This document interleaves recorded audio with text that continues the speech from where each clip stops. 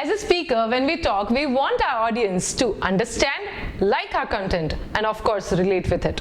If we want them to do that, first we need to do some homework and understand what our audience wants to listen. We need to understand where do they come from and what are their expectations. In short, we need to analyze our audience. We have already conducted one video where we have shared 3 important points to keep in mind before going to speak in front of anybody. I have 3 more points to be shared when it comes to audience analysis, and that is something that I'm going to share today. Hey there, I'm Nancy Shah. I'm a trainer, I'm a public speaker. I also work as an anchor for different corporate social events. I've recently started an initiative named Speaker Circle. It's a platform to improve your public speaking skills. You can join our online meeting someday. You just need to fill up a Google form. You'll find the link in the description. So let's get started.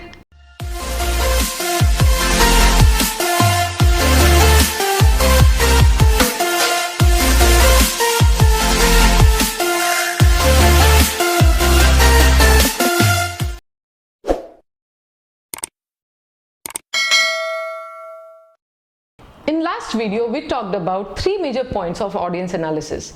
The point number 1 was demographic, point number 2 was background, and point number 3 was their knowledge about the topic. And now let's move ahead with point number 4.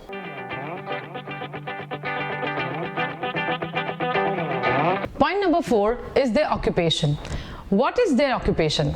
Are they all doctors, engineers, chartered accountants, scientists, or they are all artists, or they are just students? Well, people who belong to some specific profession represent different sort of behavior. Their expectations will be different, their code of conduct would be different. And you need to understand before you go on stage and speak in front of them.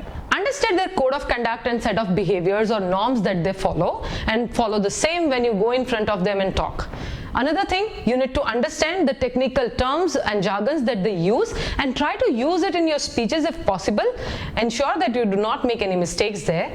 Through this, they would be able to relate with you very easily. And one more thing, also understand their expectations from you on this topic so that you can make sense when you talk.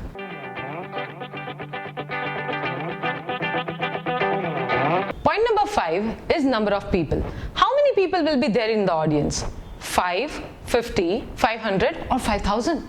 Well, your approach, your content, the activities that you do, and the way you engage and involve completely differs when you're talking in front of 50 people and 5,000 people.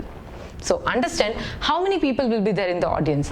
Know that number. If you don't have a clarity about the exact number, at least a rough idea, so that you can plan what you will talk, how you will talk, and what sort of engagement activities you would be able to conduct.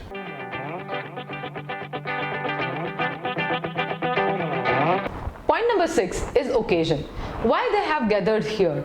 Is there any occasion today? Is it an annual function of some company or a conference? Or is it just a family wedding or a get-together? Or it might be some social cause by an NGO?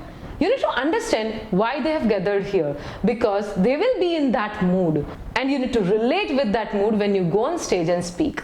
You need to choose your words wisely. Of course, the words that you say at somebody's funeral and the words that you say at somebody's wedding are different.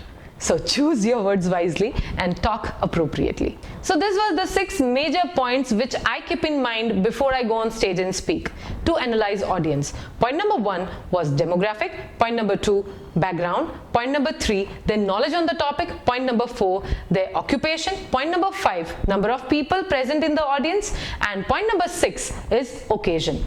Keep all those points in mind. If you have any other points which we need to take care of, you can share with us in your comment box. I hope this video has been useful to you. If yes, then do like, share and subscribe our YouTube channel. You can share this video on social media. One more thing, we have started an initiative named Speaker Circle, where we are helping people improve their public speaking skills. You can also attend our online meeting someday. You just need to fill up a Google form. You'll find the link in the description. So see you there. Have a nice day. Bye-bye.